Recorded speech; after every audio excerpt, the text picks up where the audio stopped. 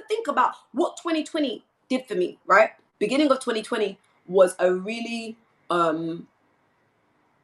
really difficult beginning of the year for me. And I know as Christians and whatever that may mean, you don't like to use the word difficult because of it. Let me tell you something now. I just lost my house. And you guys know that I live with a lot of people by choice. I moved somewhere into short-term lets, and I was paying like double what I was paying elsewhere, and I couldn't breathe because it hit me so fast and so quick. And I did that for 4 months. Yeah, I was paying more than your so-called celebrated celebrities pay to live in a shoebox because it was short-term letting. And I couldn't breathe. And I remember that I just felt like I was caged. I felt that I couldn't get out. I was saying something to the girls that I live with, yeah. I'm your pastor, and fortunately or unfortunately from you, I'm not going to be afraid of you. I'm going to tell you guys the truth. You're not going to get all of this holier than thou fakery of how life is supposed to be, because I don't want you guys to grow up to hate me in time when life really slaps you for not rising. You're not going to hate me. I've already got enough issues or whatever that means. You're going to get up and you're going to do something with yourself. One of my truths was I wasn't happy. And I think I spoke with you guys about that. I'm not going to say I'm happy if I'm not happy. Okay? You're not going to kill me for that. I remember it was exactly this time last year. There was just a lot of things going on from around late October, November, December. And I'm talking, you guys are talking to me about things. I was being followed by newspapers from the moment I leave my house to the moment I get home. I mean, I couldn't breathe. And then imagine you're moving home, and as you're moving home, you know, paparazzi or I'm just like, I wish you guys could give me the money to deal with this kind of issues. Like, I'm moving home, and I'm like, it's almost like they sent the paparazzi to watch me move home. It was just a mess. But that wasn't what was causing me anxiety or anything, and I wasn't anxious, but that wasn't what was stressing me out. It was, I couldn't work. I couldn't think. I couldn't be creative. I'm a natural creative. I create things. I do things. And all creativity, all creative influence or power felt like it'd been taken away from me because I allowed it to. So I went through that series of 4 months of what felt like was hell in my head. My head was on fire 24/7, needing financial help, not speaking about it. And so I went through that period, and then we stayed in this house for a while. And let me tell you guys something. As much as it was in the city, right, I felt like I was living in the hood. Tower block after tower block. As I looked outside my 8K a month house, guys, yeah, if I've got to say the figures out, you gotta find 8K a month and everything else you got to do, and tell me if you don't run mad with no income like that coming in. And I'm looking outside my window, and what am I seeing? Flats after flats. It was like, I was thinking, oh my God, so how is it that people live in council estates? How do they live in council estates? Because this is madness. From my city house, I'm looking outside, and there are tower blocks everywhere. And it was making me just run nuts. None of the girls wanted to go to work. Nobody wanted to get a job. And I was like, okay, and I gathered everybody. I said, sit down. You get a job here. I don't care if you're going to go and clean. Nobody pays rent here. Nobody pays for food here. But I want you to feel empowered for yourself. I want you to feel like you're good. You're doing something for yourself. You're getting up and you're working. I don't want us to look at each other. You'd be looking at me and I'm looking at you. We're looking at looky. What's that? Get up. Yeah? Get up, and you got to rise, and you got to do something with yourself. And we had those tough conversations, and it was a very, very tough season for us. And I remember one day I got up and I said, I'm not doing this anymore. Whatever this is that I put myself in, this state of depression, or this state of this state that I'm in, that I haven't spoken about. I'm not doing this anymore. I'm going to get up. Guys, listen, I never left my bedroom for a time. And I have a thing about, I'm not going to say that publicly, but I didn't leave my room for a very long time. I just don't leave my room, right?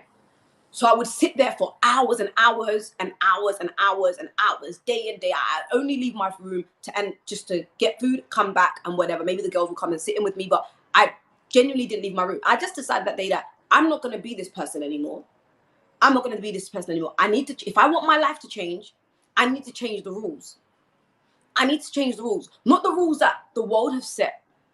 Spending time on Instagram looking at other people's lives, wanting my body to look like that person's body, wanting my hair to be like that person's hair, wanting my life to be like that. I gotta get out. I got to get out. And so I did, and I continued to pursue, I continued to fight. And somehow I was surviving. Somehow I was earning just enough for the rent, earning just enough to do whatever else I do every month. And, I was just surviving that situation. Today I'm saying this to you guys and I sound mad. But you see, the people that we look up to, the people that we aspire to, and I would name them, Alicia Keys, Beyonce Knowles, whatever, Kim Kardashian, they've clocked onto something that is 15 years ahead of most women. I was so surprised to learn that Alicia Keys does not wear makeup anymore.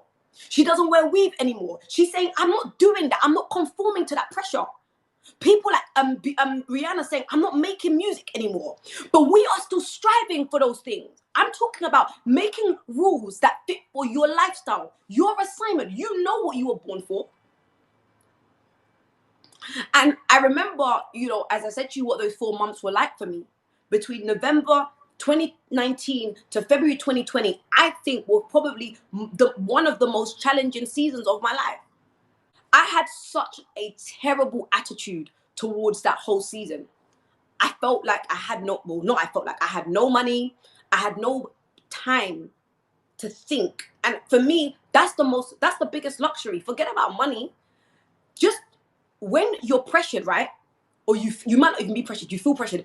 You don't have time to think things through. You don't have time to be yourself because I just felt like I was firefighting for months. And I couldn't speak about it. Because everybody was going through something. So how do you go and add your own? It doesn't even make sense.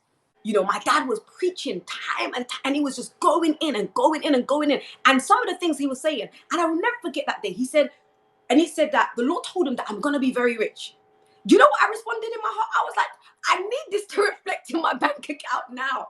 And everybody was like, oh my God, can you hear this? Can you hear what your future's saying? Can you hear? And I'm like, oh, my future? Girl, my future don't look so nice from here. I was like, is this what the Lord is saying? Can the Lord hurry up? And I was like, I hear this, but I can't see what's going on. I said, okay, guys, I'm tired of living in this house. This rent is ridiculous. We are not actually living right. We got to move. There was no huge deposit money sitting in my bank account, irrespective of what the world may think. I don't live my life like that. I live my life giving and helping other people. So when I make a decision that we're going to move home, there wasn't thousands of pounds sitting in the account. But I decided we're moving home this week. I'm tired of this. It was like a cave. I'm not going to live here anymore. I can't. It doesn't matter how much it is. We are not staying here anymore. And the day of moving, I'll never remember this. One of my brothers was taking my telly out the door. In fact, my mentor called me, was like, you're moving home today, right? I was like, yeah. He goes, why are you moving home by yourself? I forgot. The boys are coming with the van. They're going to move you. I was like, oh, yeah.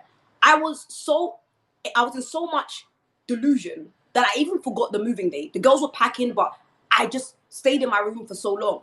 I am a pastor. I am not a model. I'm not a philanthropist. I'm not a social media influencer. I'm none of these things. I am just lucky that I got saved just in time to be a pastor. So let me tell you something now. Why would a Kim Kardashian, who first came out of this world via a sex tape, if I must say it, is deciding to go back to school and do law? But why? Because that's what she ought to have done. Her father was a lawyer. So I want to ask many of you guys, have you thought about going back to school? Dare I ask you, what were you born to do? I was born to be a pastor. So what am I gonna do? My house is my altar. This is my life. Me in my bedroom with the girls talking to them. The stories that I don't tell you guys in the books, I tell them. The number one rule that I'm making for myself is I'm not gonna be conformed to the internet. I'm not doing that. I'm not gonna be nobody's puppet. I'm not gonna be nobody's clown. I'm exhausted. I've been on the internet since MySpace, guys. MySpace is like 15 years now. I've been online. I'm tired. I don't want to be online like that. I want to be online if I want to be online. I want to post a picture if I want to post a picture. I want to like a picture if I want to like a picture. I took it upon myself. I sat down and I unfollowed everybody. I think I'm on like 14 followers now. I don't care. I'm going to be following 5 people. I'm going to follow my dad. I'm going to follow one of my leaders and a couple of other accounts that I like. I'm not going to be trapped by the net. Okay, so what are the rules? You released a book, so you gotta be on tour, you gotta be talking, you gotta be. No, I don't have to do that. I'm not an author. I wrote a book. I wrote a book and it was good and it was fantastic. It's one of the many things I will do. And when I feel like picking up the pen again, I will go again. And you know what, guys? You know I like money, right? So I sat down and I did a little financial review of myself, right?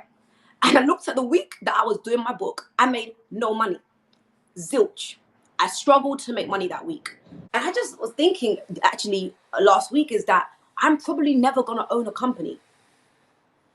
You know, like I'm probably never going to own a company.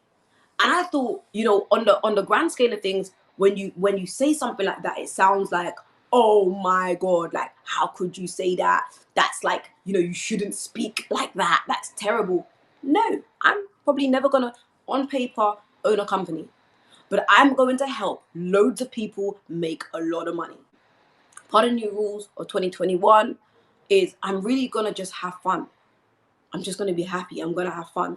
And I know those sound like really boring rules, but that's just what I want to do. I want to have some fun.